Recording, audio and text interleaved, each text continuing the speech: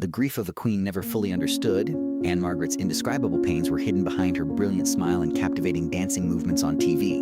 Few people are aware that Ann-Margret's true life was a journey filled with profound wounds, quiet losses, and an insatiable want for more. She was once a seductive sex icon who ignited the 1960s with her flaming performance as Birdie. Ann-Margret, with her deep blue eyes and blazing red hair, exploded onto the scene like an alluring tornado of beauty under the glittering Hollywood stage lights. However, the Swedish girl Olsen had to go through a difficult journey filled with both the terrible trials of the American dream in the middle of the 20th century and surreal wonder in order to deserve that attention. Ann-Margret was born in 1941 in the isolated village of Valhuben, close to the Norwegian border. In 1946, at the age of 5, she and her family moved to the United States. They made their home in the Chicago suburbs. Despite being distant from home, she never lost her passion for traditional dance and Swedish music. She had a gift for acting from an early age, routinely participating in school productions and plays, but few could have predicted that this small child would grow up to become the renowned Birdie. When Ann-Margret was an acting student at Northwestern University, her lecturers commended her for her distinct stage presence, marking the beginning of her real journey. She performed in nightclubs in Las Vegas in 1960 after joining the Subtle Tones, an all-female musical group. There, at the age of 20, she attracted the attention of comic icon George Burns. Hollywood opened its doors for her when he offered her her first TV appearance on The George Burns Show. Her early years in the film capital, however, were everything but a dream. Ann-Margret, who had a rather strong Midwestern accent, was passed over for numerous important parts because she lacked the ideal leading lady voice. At first, studios wondered if a girl who balanced seduction and innocence could thrive in such a cutthroat environment. She persisted, however. Frank Capra, who referred to Ann-Margret as a fiery heart behind an angel's face, gave her a breakthrough performance in 1961 in the supporting part of Pocketful of Miracles. A year later, however, she played Kim McAfee in Bye Bye Birdie, 1963, a supporting role that swept the country. This was her real turning point. Impressed by Ann-Margret's on-screen persona, director George Sidney reshot the film's opening sequence with just Ann-Margret and the theme music, an action never before seen from a supporting character. A new celebrity was born at that same moment. Ann-Margret swiftly rose to prominence as Hollywood's new sex icon following her stunning breakthrough in Bye Bye Birdie, 1963. Like the girl next door, she was sweet, but she also had a wild side that made it hard to turn away. Then the screen almost exploded when she co-starred with Elvis Presley in Viva Las Vegas, 1964. These two charismatic celebrities' connection ignited the media and enthralled viewers. They were in love, as the rumors said. However, that love was never intended to endure. In her memoir, Ann-Margret subsequently disclosed that Elvis was the most out-of-step person she had ever encountered. However, he was constrained by the rigid regulations set by his manager, Colonel Tom Parker, as well as by the public's expectation of him. Her heart was left with a permanent scar for years after their secret breakup. Ann-Margret continued to demonstrate that she was more than just a gorgeous doll despite her notoriety. She assumed a daring role in Carnal Knowledge in 1971. She played Bobby in the movie, a woman who had been emotionally ruined by a toxic relationship. She received a nomination for an Academy Award for Best Supporting Actress as a result of the performance, which also made reviewers reevaluate her as a real actor who isn't afraid to touch the most painful emotions. However, fate wasn't kind to her. She suffered severe facial fractures that required reconstructive surgery after falling more than 20 feet off a stage during a performance in Nevada in 1972. She appeared to be about to lose everything at that precise moment. Ann-Margret, however, did not back down.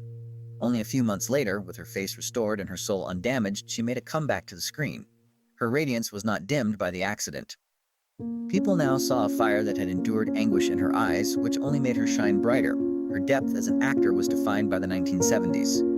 She received a second Oscar nod for her part as a tortured mother in the eerie rock musical Tommy in 1975, and a string of subsequent television shows demonstrated that she never shied away from challenging, complicated roles. She battled alcoholism in private off-screen, which had once left her feeling hopeless and alone. However, she came out of that gloom by herself, without any spectacle or tears splattered over tabloids. Ann-Margret reinvented what it meant to be a sex icon with unwavering perseverance. A fire formed through suffering, failure, and the desire to keep burning, not a transient surface-level glow. Ann-Margret remained visible, while the stage lights gradually went down and Hollywood's focus shifted to younger faces. She just decided to move quietly and gracefully behind the scenes, exuding the confident demeanor of a fighter who has survived every adversity. A new phase of her life began in the 1980s and 1990s. Less showy, but surprisingly strong and profound. She kept performing in television movies, took part in smaller-scale motion picture productions, and most famously, played a terminally sick mother, who had to find new homes for her kids in Who Will Love My Children, 1983. She won her third Golden Globe for her performance, which also helped audiences who had all but forgotten her to remember her. The sensual dances and form-fitting gowns have vanished. Now, Ann-Margret's eyes and heart moved as though she had condensed all of her sorrows into a single sentence. Her private life was as brave. In 1967, she wed Roger Smith, an actor who went on to become her personal manager. It was a lifelong partnership, which is uncommon in the unstable world of Hollywood, and it went beyond simple love. Ann-Margret silently and devotedly cared for Roger for several years after he was diagnosed with myasthenia gravis until his death in 2017. Once sought after by millions of men, she made the decision to use a straightforward, devoted, and quiet form of love as the pillar of her existence.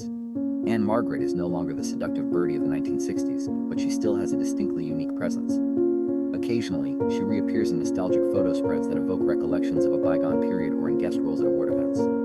She starred in Queen Bees, a humorous comedy about aging that was as vibrant as the woman herself, in 2021 when she was 80 years old. Ann-Margret's legacy is determined by how she persevered throughout the years without ever losing herself, not by her amount of accolades or blockbuster successes.